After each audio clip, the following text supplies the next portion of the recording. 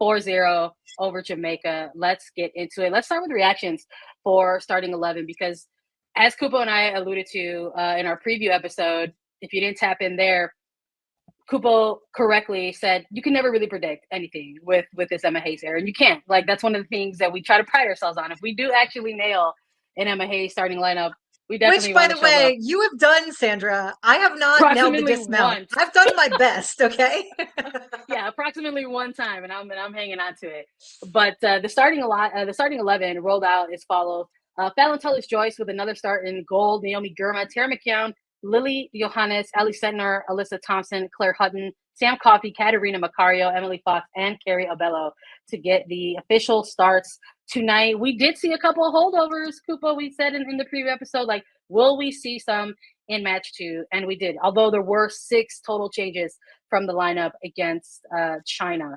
And so definitely rotation played a role in this one. And of course, in true Emma Hayes fashion, we got another first-time debut in Carrie Abello. McCall, what were some of your first impressions of this lineup when you saw it drop? I mean, we can see what Emma's doing, right? Today, they were obviously building out of a 3-back, and that was different than when we played last game. So now we're trying that 3-back. One of the outside backs gets super high, almost like a wing back. We leave 3 protection in the back, and it's just the personnel on this roster for a reason that she chose. You know, these are the tournament options that will need the variety of the player attributes, allowing her to play several different formations with varying pieces whom will thrive in a specific game plan, you know, whether it's opponent pending or pending where you're at in group play in a tournament or how we're going to play during overtime, you name it. Emma will have it on lock because of what she's doing right now to prepare for those moments. Like, let's keep it a buck, though. Abello, her profile, even on paper, has played the 6, has played the 8, can play left back. That is a quintessential Emma Hayes player resume. She loves that. And I understand it, right? You never know when you're going to need to, in dangerous waters, need to switch somebody around where you don't have a substitute that you can play with, but you know you can count on somebody that is that versatile, especially as she starts to dig into the depth for that back line. I think this is brilliant. It's nice to see Abello get her first cap, get that debut. I thought a little bit about seeing her win with the pride in the final and seeing her whole family with the Abello big heads in the stadium. And the next morning, flying back home, what caught my eye was somebody had Abello's huge head carrying it through the security line. I realized that it's her family. And I was like, you know what? Like, how can you not root for her? Like, you have to. Come They on. left their bag and took that instead. They're like, right? Like this massive Carrie Abello head. I love it. I love it so much. I love that too. Some other fun facts about the starting lineup. There were 6 NWSL players in tonight's starting lineup. The Spirit, the Royals, the Pride, Thorns, Current, Angel City, all represented throughout the sprinkling of this starting 11. And I gotta say, even though there was 6 changes from the lineup against China versus tonight against Jamaica, I was hopeful that maybe some of the familiarity that were the holdovers into this roster, that maybe, just maybe, this USWNT team would find the breakthrough a little bit earlier than they did against China. Because let's break down this first half. I'm happy that they did do that. They got the breakthrough roughly 10 minutes or in like 10 fewer minutes or so than they did against China. It was really around the half-hour mark that they finally got the breakthrough against what was a bit of a higher line from presented by China. And then in this one, we've got, is it too early to call her the great Ally Sentnor in this one? Because she opens up the goal scoring. She's one of 2 players to go ahead and record braces tonight. But she gets the opening goal in the 19th minute of this match. And while she got 2 of them, this first goal in particular was a real chef's kiss. I mean, talking spectacular, because we get to see what I think the U.S. national team and Emma Hayes might have expected a little bit from China. They thought with these 2 opponents, they were going to be faced with some lower to mid blocks. China didn't necessarily come out that way to start the game or even to finish it. But Jamaica definitely was who we thought they were.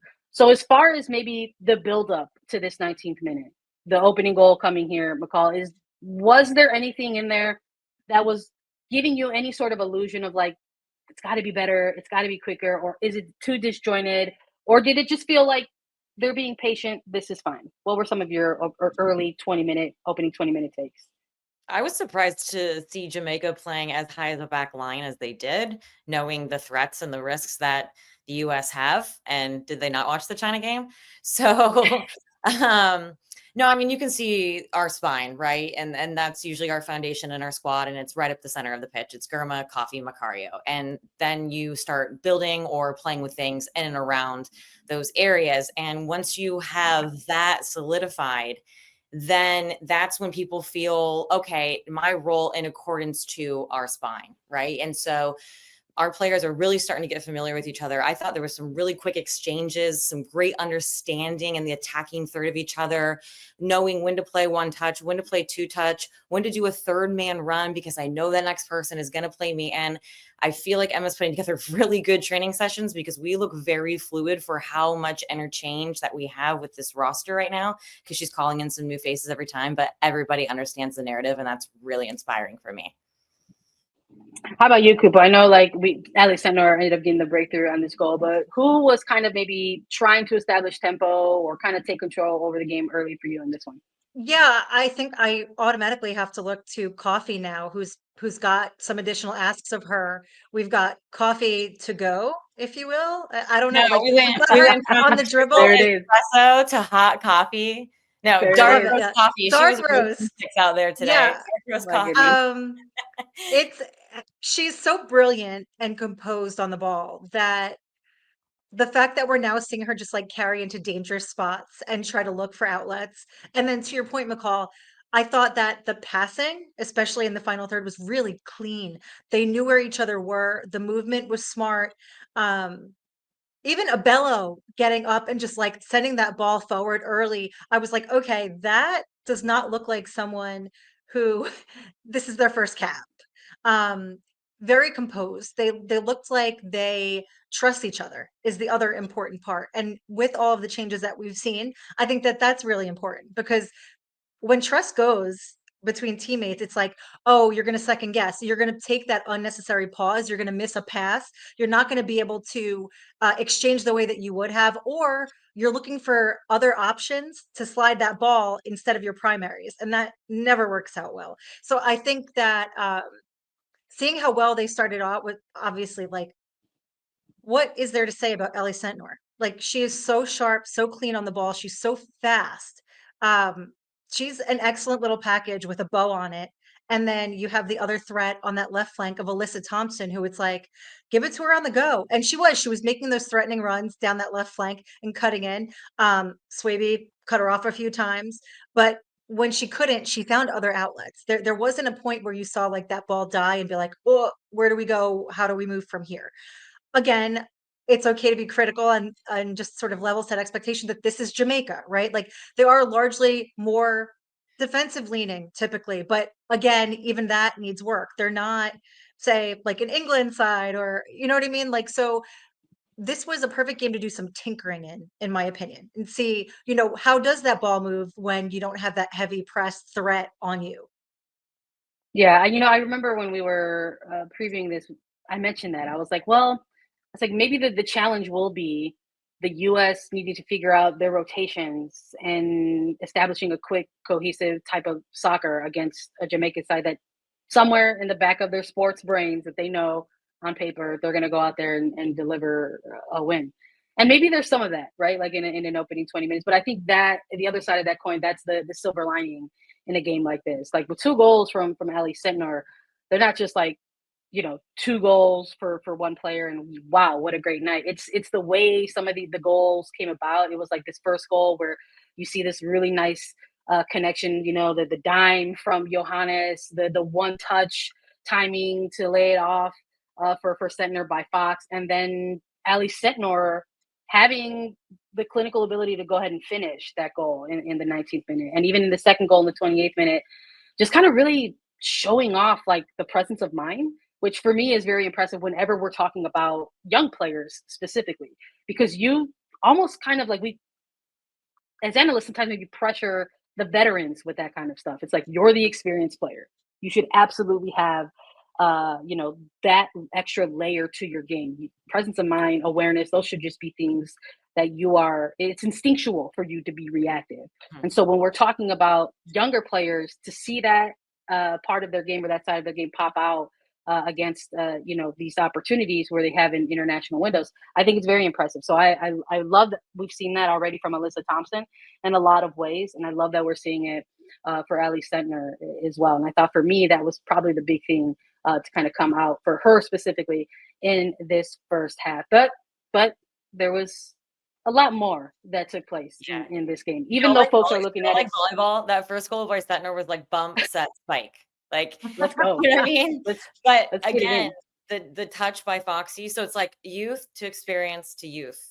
Like that's the perfect combination and blend, right? Because there's a lot of players that receive that ball out of the air like Foxy that might take 2 touches or play it down the line instead of sort of setting it to cut back for a first time hit. And then Sentnor, just her ability, that technique to keep it down, to chop on top of the ball, to keep it low. For a youngster, that's brilliant. Yeah, I love that we got to see that kind of glimpse into some of the performances, especially Sentnor tonight. Maybe not so shockingly, we didn't see a ton of changes directly out of this into the second half in this game. I mean, the United States have a 2-0 lead at this point. And maybe for the coaching staff, not a ton on there to say, hey, we got to go out there and correct A, B, or C right away. I wouldn't be surprised if maybe some of the halftime locker room chatter was just get back out there and continue executing. For this second half, when you have a 2-0 lead and it sort of feels like maybe you're on cruise control a little bit, McCall, being in that locker room and on the other side of the things, what is sort of the mentality coming into a half like that? Is it just exactly that? Just keep doing what you're doing? Well, it's one of two things, right? You're comfortable because you're ahead. You had 87% possession in the first half. But I feel like the midfielders were also very careful on the ball. You know, they took several touches, took their time, were very methodical. Then you get a little talking to at halftime and you say, all right, start pushing the narrative, start pushing the tempo a little bit, take risks. And then that's when you kind of see a little bit more giveaways and a little bit more, 50-50 chances happening. But those are both things that we need to train, based on our opponent, based on how the game is going for us. It's nice to see that we can control a game, but it's nice to see that when we go in at halftime, we can come out in a different way. I know a lot of teams that just are not able to adapt, even when they go in at halftime. And when the game isn't going your way, you have to adapt. They didn't need to adapt today, but you need to train adapting because those times will come. Cupo, I was very curious when I was thinking about, okay, what could we see coming into the second half? Because at this point, the United States haven't given up a single shot on goal for Jamaica's side of things. And it turns out, again, spoiler alert, if you stood to the end of the game, that ended up remaining true throughout the duration of the 90 minutes. We were excited for the possibility, fingers crossed, that we were going to see Fallon Tullis-Joyce. I thought maybe there was a chance that we could see Claudia Dickey tonight because of the opponent. But you had a very good point in that you were like, let's see back-to-back from Fallon Tullis-Joyce. And not only in net, but with Girma. Right. And I think that when you're doing this kind of chemistry testing, I think that this time around, like, it looked good. Not that she had much to do at all. I mean, she could have had herself a little tea party back there. Nobody would be the wiser. I think it's really just one, getting in the flow of talking to your back line, even though they were largely doing not much except contributing to the attack, maybe just clearing balls and recycling things around. But I think that if you look at this as a training exercise, that it helps you understand instinctively your teammates' movements. Who's more likely to stray wide? Who's going to tuck in? How do they actually move? It ends up being like a dance, right? And so Fallon Tullis-Joyce is stepping into this, and she's got to be able to dance in that line too, essentially. I think it's good. I think that when you have this like brief window with friendlies and it's just these 2 games and then we'll see them back at the end of the month again, I think it's hard because remember, like, you still have 2 keepers that haven't really been tried in this window again, where it's like, do we just let somebody in just to see how they do, or do we move forward with Fallon? This to me is like a key indicator that we do want to see more of Fallon finally, which is great because we were all like shouting from the rooftops prior to her getting called up that, it was damn time. But to see her, and I think also the consistency will start to make her confidence grow. And when you're asking a keeper who is a phenomenal shot stopper like Valentellis Joyce to refine her footwork, I think that confidence is a huge component to that. It's like if you feel like Emma Hayes has faith in you and you're kind of gelling with the squad, that will help fuel that fire to like, hey, I don't care, get out there with that kickboard like we used to and just like kick at a wall. It's fine. But I think that that's also helpful. I agree. I gotta say, I love that because now it's 3 games. We could say that there are 3 games that Valentellis Joyce got to start in, and they were all 3 kind of very different games in their own ways. Yeah. That Brazil match Front of her, specifically. so that's good. Yeah. That's key too. If these are the center backs we're going to bring, Gurm was on the left today instead of the right. Mickey Owen was in there instead of Sonnet. Those are the players that she needs to developing relationships with.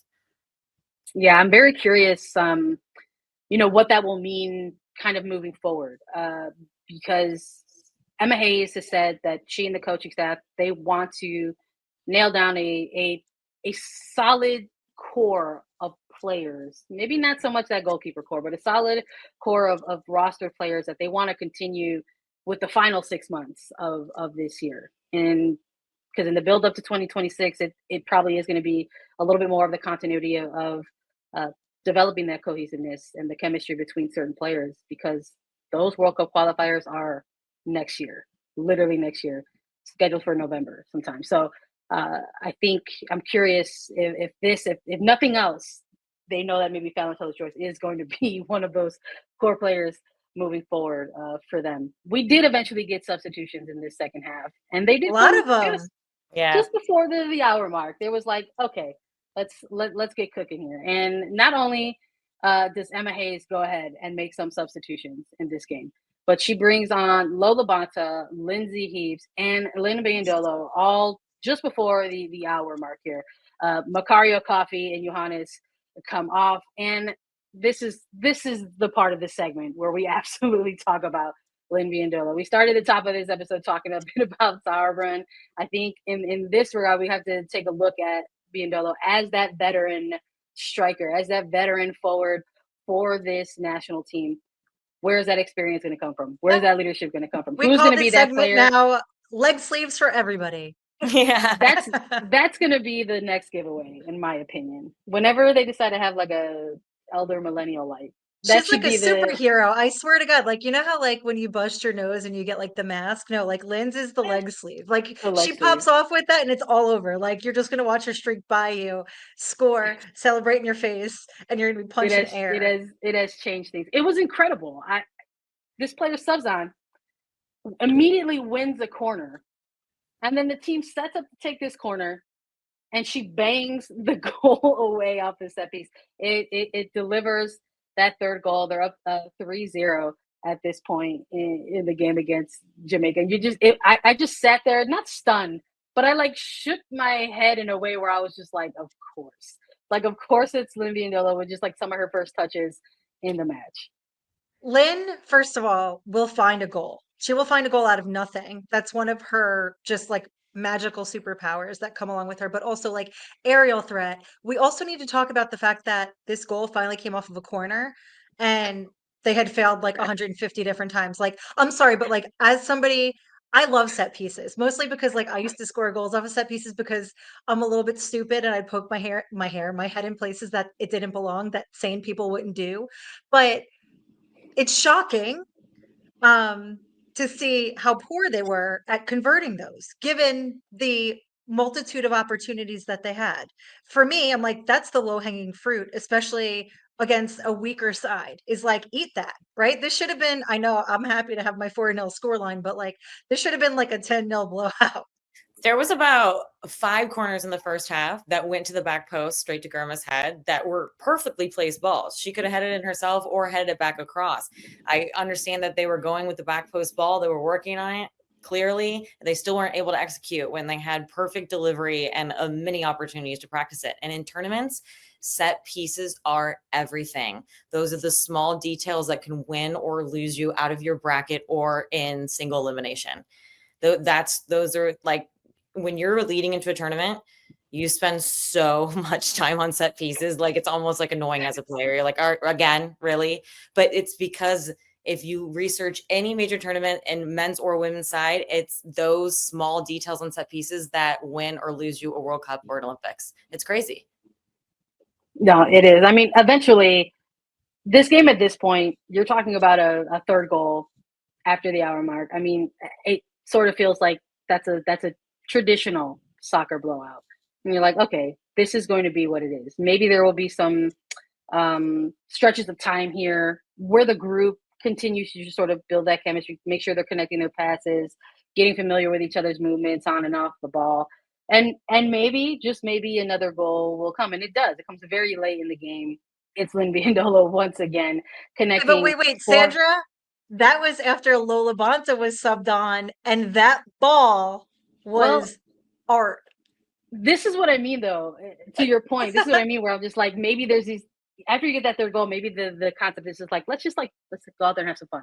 Let's continue to develop this chemistry, because they came on during that same sub window. And so to see Lo connect this beautifully threaded ball through for like just a brief second, you could see Biyendolo kind of be like, is that coming to me? And she's like, oh shit, that's coming to me. And she goes and like gets on that ball. So it ends up kind of fizzling out. But it's like those little things where you're just like, these are going to be kind of those second half wins that I'm sure the coaching staff are going to look at and say, what are some things that we still want to see in that next window? Because that's what's going to happen, I think, now that they're saying goodbye to this window. It's done and dusted. They're going to say who's going to be the holdovers from this camp into next camp, and who are going to be the ones that we want to see new once again.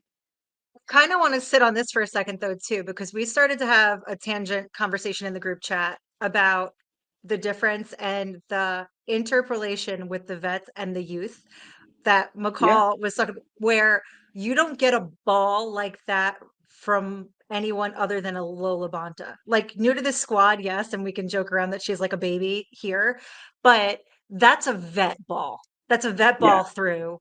Saw an angle, took it, like Biyendolo, the vet that she is, knew how to get on the end of that.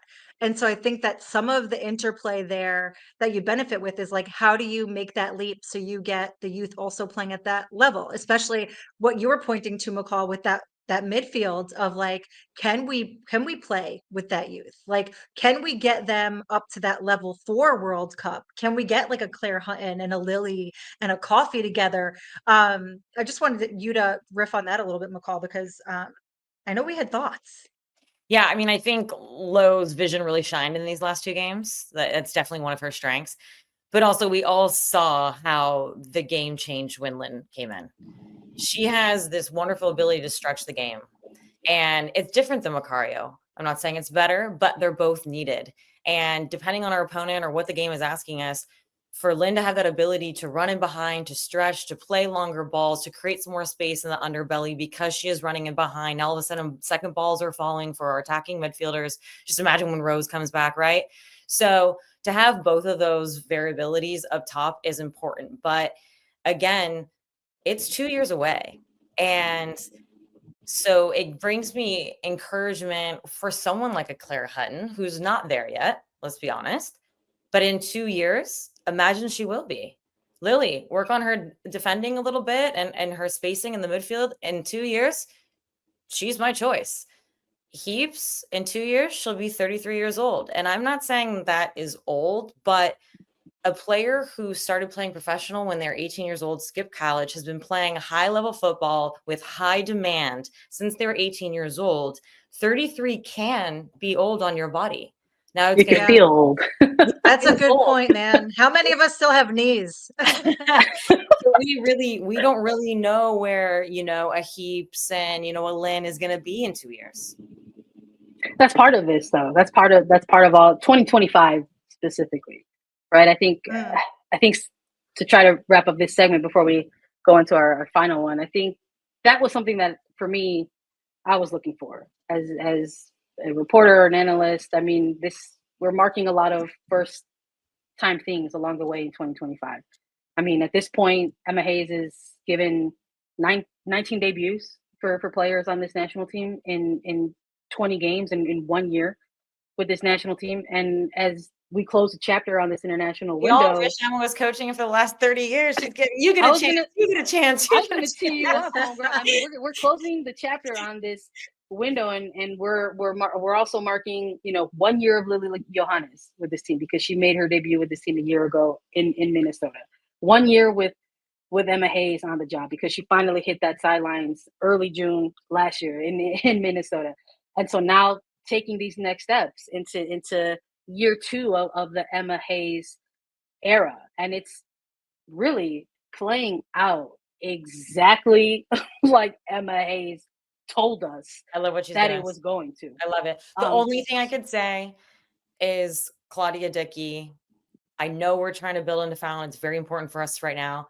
But then just have her go to the 23s and get some. That's a good shout. She doesn't might be sitting on the bench getting no action.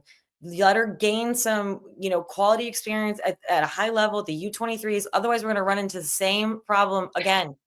You know what, McCall? And that That's might a good be what shout, comes out because of the Emma window. has credited some of the ways that a couple of key players right now, like Peterson and otherwise, like have been able to slide in because of the youth team experience. That, like they can step up, they got it. Like Patterson. I'm like, okay, my brain just glitched.